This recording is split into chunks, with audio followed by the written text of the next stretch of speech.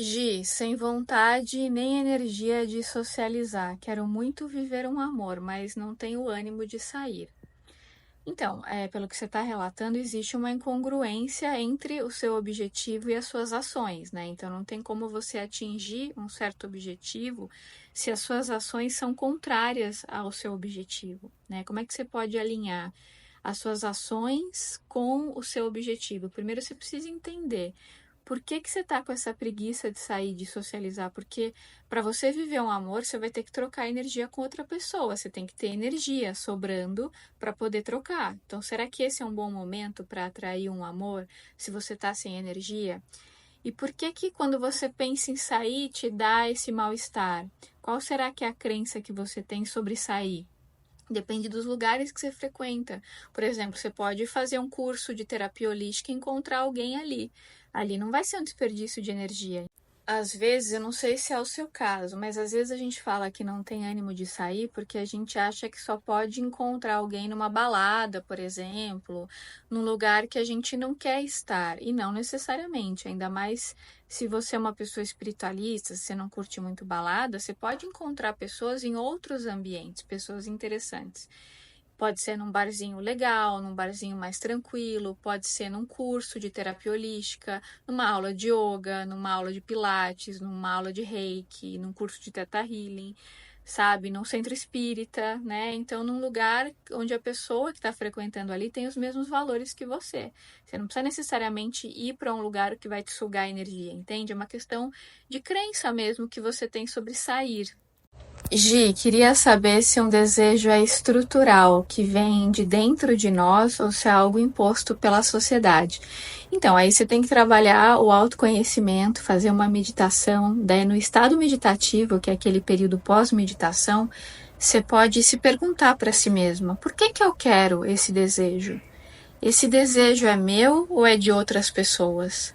Eu quero realmente isso ou eu fui influenciada por alguém? Quando você começa a se fazer essas perguntas, as respostas são trazidas à consciência. E você, através desse processo de autoconhecimento, de autopercepção, você vai tendo essa clareza, se é uma coisa que você realmente quer, que realiza a sua alma. Então, quando você fecha o olho e você se visualiza vivendo esse desejo, o que que você sente? Você sente que é seu? Ou você sente que tem vozes externas que estão te influenciando? Pelo autoconhecimento, pela autopercepção, você vai se fazendo essas perguntas, né? Isso é meu mesmo ou é do outro? E aí você vai trazendo essas respostas à tona, elas podem vir na hora, podem vir um pouquinho depois, mas aos poucos você vai tendo essa clareza, sabe? Para conseguir distinguir o que é seu e o que é do outro. Então é pelo autoconhecimento mesmo, por esse processo no estado meditativo de ficar se fazendo essas perguntas. Qual sua visão sobre lei da atração versus positividade tóxica? Fico na dúvida conceitual. Então, a meu ver, a positividade tóxica é quando a pessoa nega as sombras, né? Quando ela nega o mal, como se só existisse coisa boa. Então, ela fica num estado de anestesia, de negação da realidade. A lei da atração, que ela é oriunda das leis herméticas, a lei da atração nada mais é do que um conceito popular para as leis herméticas que são milenares, elas existem desde a época do Antigo Egito. Então, a lei da atração é a forma popular das leis herméticas, né? Quando a gente começa a entender que tudo aquilo que a gente foca cresce, é sinal de sabedoria focar na luz, porque aí a luz vai crescer. Isso não significa negação das sombras, por isso que a lei da atração genuína, ela não tem nada a ver com positividade tóxica, porque você não está negando a sombra, você sabe que a sombra existe, mas você escolhe conscientemente não focar nela, então é uma questão de percepção. Como agir com uma pessoa que trata você mal, mas é gentil com as outras? Não fiz nada a ela. Olha, a forma como as pessoas nos tratam, né, diz respeito a questões que elas têm. Em geral, isso tem muito a ver com as projeções que as pessoas colocam na gente. Vou dar um exemplo. Eu me lembro de uma moça que me escreveu há muitos anos. Ela falou: Gisela, no começo eu tinha muita resistência de assistir aos seus vídeos, porque a sua aparência física lembra a amante do meu ex-marido. Então ela projetava isso em mim, né? Então por conta disso ela tinha resistência. Depois ela aprendeu a gostar dos vídeos, mas ela tinha resistência por conta da projeção. Então quando as pessoas nos tratam mal e a gente não fez nada para elas, isso diz sobre elas, é um problema delas. A gente faz a nossa parte. Trata bem, com distanciamento, não precisa abrir o coração, querer entrar em intimidade com uma pessoa dessa. Tem uma frase, eu não lembro quem é o autor, mas que diz algo assim, não sei se é do Chico Xavier, que fala assim, que a forma como a gente trata o outro é o nosso karma, entre aspas. A forma como o outro nos trata é o karma da pessoa, né? Então, se você está fazendo a sua parte, se você está sendo gentil, educada, generosa, é isso que importa. O porquê essa pessoa está te tratando mal, não dá para saber, talvez seja uma projeção, muito provavelmente é isso. Você pode rezar, se você quiser, para o guia espiritual dela e para o seu, caso seja algo que te incomode muito, então você pode rezar para o guia espiritual dela e para o seu e ignorar, porque é um direito dela te tratar mal, né? A questão é o quanto você vai se deixar afetar por isso ou não, quanto você vai entrar nessa energia ou não, aí sim é uma escolha sua. Gostaria de iniciar no marketing digital. Sempre que inicio as coisas, elas não dão certo. É um sonho. O que você recomenda? Olha a frase que você colocou aqui. Sempre que inicio as coisas, elas não dão certo. Olha a crença que você tem, a crença limitante. Então, claro, se você acredita nisso, assim será. Eu recomendo que você faça um trabalho de reprogramação de crença, sabe? Para você se sentir merecedora, para você trabalhar sua autoestima. Porque nessa energia de achar que sempre que você começa algo a coisa não dá certo, você já está cocriando isso, assim será. As coisas acontecem do jeito que a gente acredita. Então, se você já começa um trabalho se colocando lá embaixo, achando que vai dar errado, imagina a frequência que você está vibrando, né? Então é importante você trabalhar a sua frequência, a sua autoestima, reprogramar crenças, trabalhar sentimento de alto valor. Como lidar com a ansiedade enquanto não se conquista algo que quer muito? Eis o mistério de nossa fé.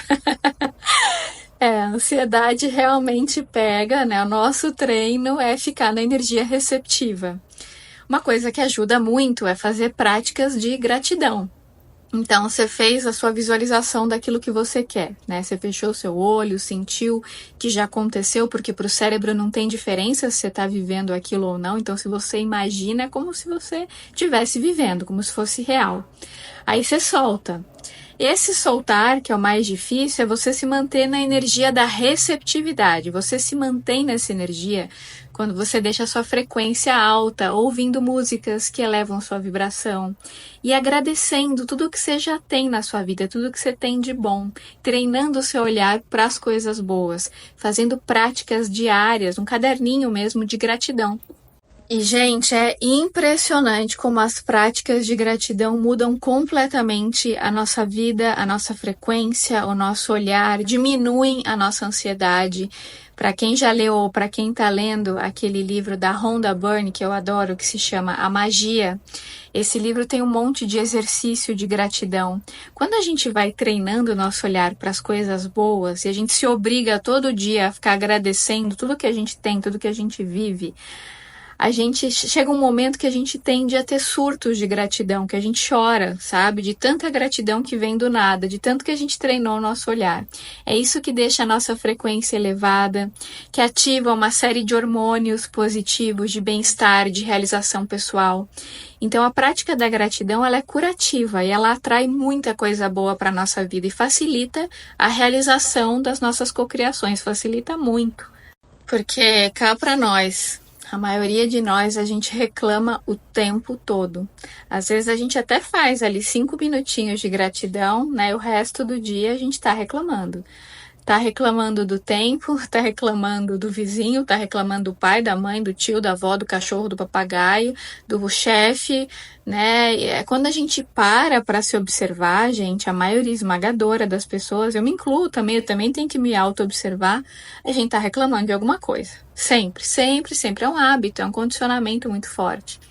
E reclamar vicia, né? Porque libera uma série de hormônios, né? E a gente vai criando aquele hábito. E para quebrar esse hábito da reclamação, para que a gente possa entrar na gratidão, é um treino, viu? É um treino, é uma musculação de consciência. Então, haja caderninho de gratidão, que a gente está sempre reclamando. A maioria de nós tem esse padrão. Gi, como mudar a frequência estando tão mal? Já tomo remédios para ansiedade e depressão. Então, eu sugiro meditações diárias, sugiro que você faça orações também para você se conectar com uma frequência mais elevada, trabalhe essa parte espiritual. Se for a sua religião, se você quiser e puder ir num centro espírita também receber tratamento, eu acho que essa parte espiritual ajuda demais, sabe? Porque normalmente a depressão está ligada também a uma questão espiritual, então é importante trabalhar esse pilar, eu diria que é fundamental. Outra coisa que ajuda muito são exercícios de visualização, como esses que eu recomendei anteriormente. Então, você se lembrar de momentos da sua vida que te tragam alegria, né, para você poder revivê-los e trazer essa frequência para o presente. Esses exercícios de visualização criativa ajudam muito a mudar a frequência.